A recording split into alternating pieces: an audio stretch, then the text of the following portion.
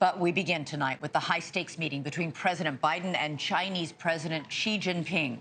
Moments ago, the leaders of the two most powerful nations on Earth wrapped up their first session of talks behind closed doors at a secluded estate south of San Francisco. Right now, they're having a working lunch. Tarragon roasted chicken and praline buttercreams are on the menu. It's their first meeting in more than a year, and recently the relationship has started to resemble the rivalry between The Rock and Stone Cold Steve Austin. Earlier today, President Biden addressed the fractured and increasingly combustible relationship between the world's two largest economies. We know each other for a long time. We haven't always agreed. It's paramount that you and I understand each other clearly, leader to leader, with no misconceptions or miscommunication. We have to ensure that competition does not veer into conflict. Let's go now to NewsNation's Kellie Meyer now, who's live in San Francisco. And Kellie, President Xi said in his remarks this morning that planet Earth is big enough for both countries. We're expecting agreements on a number of issues, but we've seen China break them. Why should we trust them now?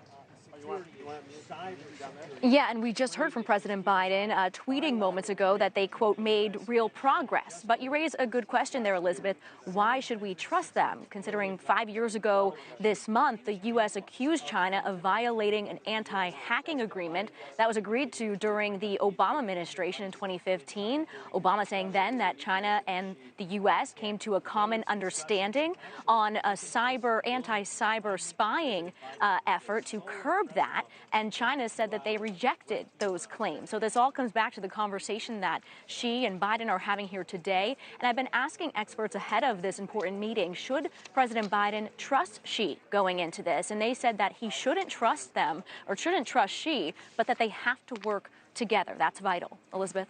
All right, and we're also expected some sort of deal on fentanyl because it's estimated nearly all of the chemicals needed to make fentanyl come from China. What exactly are we expecting to hear about this? It's a huge issue here in this country. A massive issue, and the U.S. is urging China to get these Chinese facilities to stop the flow of these chemicals that go into these drugs. But that agreement could prove to be a challenge considering China has been downplaying the role that they've played in this crisis, instead blaming the U.S. for harboring a culture of drug use, they say.